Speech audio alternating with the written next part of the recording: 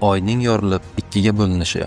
Rivoyat etilishiga ko'ra, bundan taxminan 1400 yil oldin sodir bo'lgan ajoyib, hayajonli voqea. Xo'sh, bu haqiqatdan ham sodir bo'lganmi? Buni bizga taqdim qiladigan ilmiy dalillar bormi? Agar Oy haqiqatdan ham ikkiga bo'lingan bo'lsa, buni butun dunyo emas, balki faqat Makka va uning atrofidagi insonlarmi ko'rdi? Agar bu yolg'on bo'lsa, nega odamlar bunday g'ayritabiiy holatga ishonishmoqda? Ya'ni odatda aqlga sig'maydigan narsani o'rtaga tashlashdi. Bu videoda biz xuddi hech nimadan bexabar insonlardek tushunishga harakat qilamiz. Tushunchalaringizni chetga surib, videoni oxirigacha ko'ring.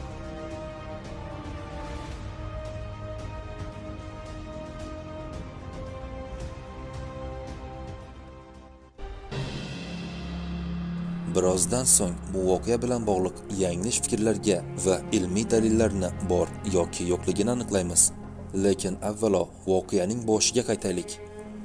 Bularning hammasi so'nggi payg'ambar Muhammad sallallohu alayhi va sallam davrida sodir bo'ldi. Islom dini tarqala boshlagan va insonlarga tushuntirilgan bir zamonda. Ammo islom diniga ishonganlar bo'lgani kabi va ishonmaganlar ham ko'p edi.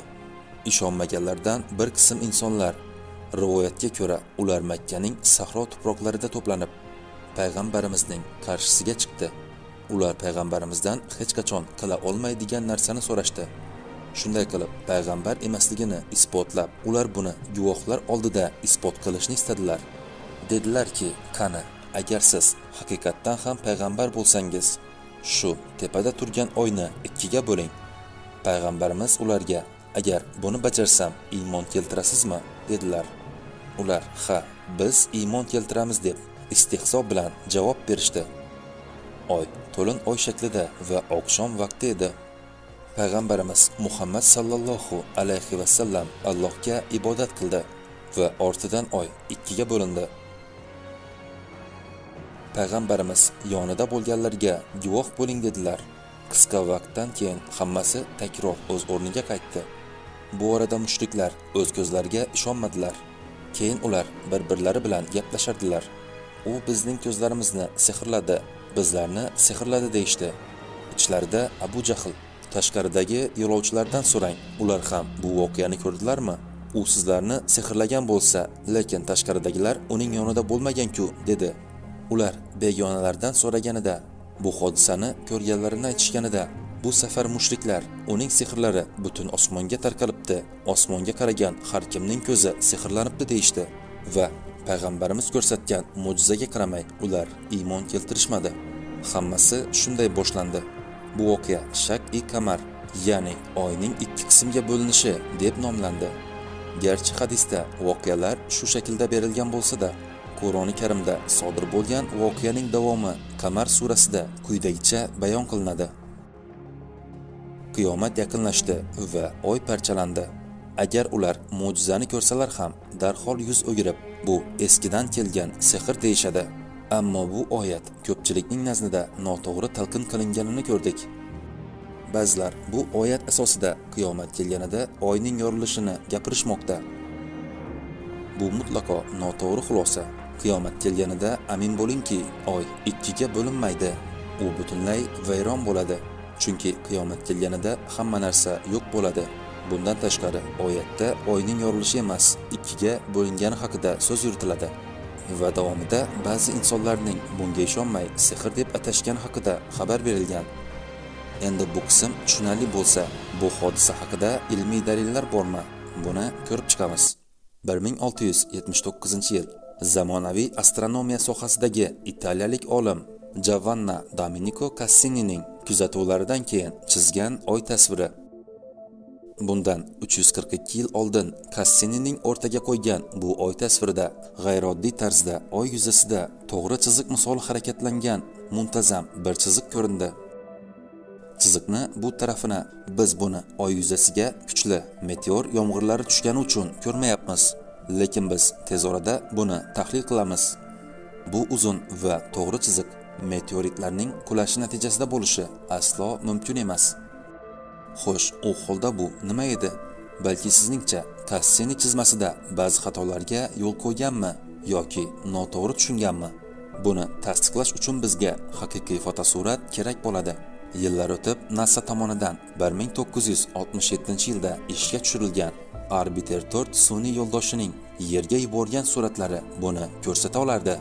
67-18-05 seriyali yo'ldoshdan olingan rasm Kassini ko'rgan narsa bilan solishtirilganda ishonib bo'lmas o'xshashlik bor edi. Xo'sh, u holda Kassini ko'rgan bu to'g'ri chiziq nimani anglatadi? Haqiqatdan bu oyning ikkiga bo'linganligiga dalil bo'la olmadimi? Oradan 2 yil o'tgach, 1969-yilda NASA sun'iy yo'ldoshi Apollon 10 parvozi paytida olingan tasvirlar. Biz rasmda ko'rgan tekis chiziqni juda yaqindan ko'ringan holati, oy yuzasidagi aynan shu nuqta o'sha voqeaga dalil bo'lishi ehtimoli juda katta. Sizningcha bular oyning ikkiga bo'linganiga aniq dalil bo'la olmaydimi? Buning uchun sizga yana ham ko'proq ma'lumot kerakmi? Biz oyga chuqurroq borishimiz kerak. Oradan o'tgan 50 yil mobaynida texnologiya rivojlanishi bu bizga oyning chuqurliklarini ko'rsatishga yordam beradi. Elaro 7 ta ilmiy mexanizmga ega ajoyib kosmik kema. Va bu kema 2009-yil iyun oyidan beri oy orbitasida. Ushbu kosmik kema oy yuzasi va muhim nuqtalarini chuqurroq o'rganishi va kelajakda oyga sayohat qilishda yordam berishi kutilmoqda. 2 yil davomida to'plangan ma'lumotlardan so'ng natijalar hayratli bo'ldi. We know the moon is shrinking by looking at the lobate scarps in detail. They actually reflect the crustal materials of the moon being pushed together, breaking, and being thrust over one another. So that indicates that something has been causing the moon to actually contract or shrink. These scarps could be younger than a billion years. They could be, in fact, as young as a couple of 100 million years old, or they could be even younger than that.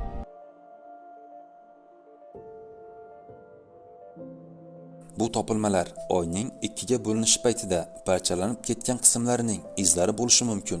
Ya'ni bo'linish paytida oy ba'zi qismlarini yo'qotishi va u takror birlashganida bir oz kichikroq bo'ladi degan fikr. Biz oy yuzida ko'rgan 240 kilometr uzunlikdagi tekis yoriqlar bu tektonik harakatlarga taalluqli emas. 2014-yilda NASA oyni chuqur o'rganishni to'xtatganidan keyin ular 2014-yil yanvar oyidagi sonida o'zining vizual topilmalari bilan bo'lishdi. Uning muqovasida esa ikkiga bo'lingan oy yozuvi bor edi. Endi buni geologiya professori Halil Murod o'zining tadqiqotlarining natijalarini eshitasiz. NASA'nın yapmış olduğu 2012'de başlayan Grail misyonu diye adlandırılan ikiz uydularla bütün ay yüzeyi derin bir taramadan geçiriliyor.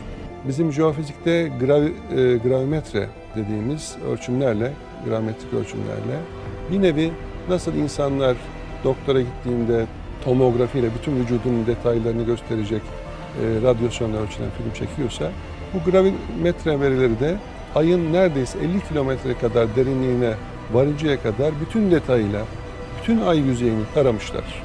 Ve bugün Nature dergisinde yayınlanan ve Rifting on the Moon diye kapaktan duyulan ayın yarılması hadisesini net biçimde ortaya koyan bu yarıkları buluyorlar. Burada da yarılma, rifleşme olarak bilimsel tabiri yarılmanın rifleşmedir. Ve dünyamızda yaklaşık 100'ün üzerinde yarılmış rift vadileri var. Oysa ayda bir tane. Yani bu ne kadar çarpıcı bir gelişme. Ve tam da Peygamber Efendimizin mucizesini tarif eder tarzda ayı çepeçevre saran bir yapı gösteriyor. Boshida İtalyan olimi Cassini chizmalarida biz oyning to'liq bo'linishini ko'rsatadigan chiziqlarni ko'ra olmasligimizni aytib o'tdik. Mana shu geofizik texnologiya yordamida olib borilgan tadqiqotlar natijasiga ko'ra bu bo'linishning izlari oy ichida aniq ko'rinadi. Agar oy chindan ham parchalanib ketgan bo'lsa, dunyoning turli burchaklarida shunga aloqali yozuvlar va asarlar nimaga ko'rinmaydi? Aslida bu ko'pchilik hayron bo'lgan va ishonishdan bosh tortgan vaziyatlardan biridir. Keling bu borada tushunarli bo'lgan ma'lumotlarni ko'rib chiqaylik. oy bo'lingan kun, ya'ni Makkaning atrofida tun vaqti edi. Qachonki Makka atrofida qorong'u tushsa, yerning boshqa tomonlarida kun edi. Ya'ni hamma ham oyning bo'linishini ko'ra olmagan. Bundan tashqari bu voqea juda qisqa vaqt ichida sodir bo'lgani uchun faqat shu qisqa vaqt ichida oyga qaragan va shu yerdagi odamlar bunga guvoh bo'lishdi. Ishonchim komilki, hozirgi kunimizda ko'pchiligimiz tashqariga chiqib osmonga qaramaymiz. Ya'ni buni ko'rgan kishilar o'sha paytda oyni kuzatib o'tirgan odamlar bo'lishi mumkin. Ya'ni oz insonlar. Ob-havo sharoiti esa bu boshqa masala. Albatta, ba'zi joylarda havo bulutli bo'lishi mumkin va bu voqea sodir bo'lganda ko'pchilik buni ko'ra olmaganlar. Bularning barchasidan tashqari, bu hodisani ko'rgan qancha odamlar unga e'tibor bergan va yozib qoldirgan yoki ularning qanchasi o'zlari guvoh bo'lgan voqeani aytib bera oldilar va buni haqiqatligiga ishontira oldilar. Agar kimdir sizning oldingizga kelib, men oyning bo'linishini ko'rdim desa, qanchamiz bunga ishonamiz va tushuna olamiz? Bu shartlarning barchasini hisobga olgan holda bu voqea hamma mintaqalarda ko'rinmasligi juda o'rinli. Lekin buni ko'rgan va yozib olgan mintaqalar bor. Masalan, Janubiy Sharqiy Osiyoda Indoneziya Malabalar maharajalari tomonidan aytilishicha, bu voqea qayd etilgani haqida yozilgan hujjatlar mavjud. Shuningdek, Hindistonda topilgan haykal ustida sanasi va oyning bo'linishi degan yozuv bor. Mantiqli fikrlaydigan odamlar bu voqeani noto'g'ri deydi. Bu voqeani kimga va nimaga foyda yoki zarar bo'lishini bilmayman. Agar kunimizda isbotlangan dalillar bilan mantiqlilar buni bir uydirma deb hisoblashsa, o'ylab ko'ring, yuzlab voqealar va mo'jizalar yolg'on bo'lib qoladimi? Ammo juda ko'p mo'jizalar sodir bo'lganini hadis va Qur'oni Karim kabi manbalarda ko'rishimiz mumkin. Ammo masalaning ijobiy tomoni ham bor.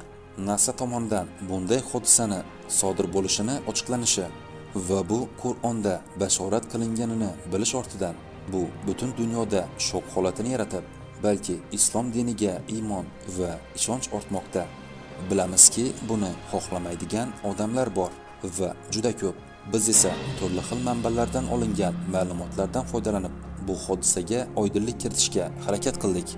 To'g'riligiga ishonish va ishonmaslik sizning tanlovingiz bo'ladi. Albatta buni o'sha zamonda o'z ko'zlari bilan ko'rgan, lekin ishonmagan odamlar hozirgi dalillarga ham ishonishmagan bo'lardi. Qanday bo'lmasin, bu bir iymon masalasidir. Xo'sh, siz qaysi tomondasiz? Izohlarda buni albatta yozib qoldiring. Sizlar bilan bu fan kanali bo'ldi. Ko'rishguncha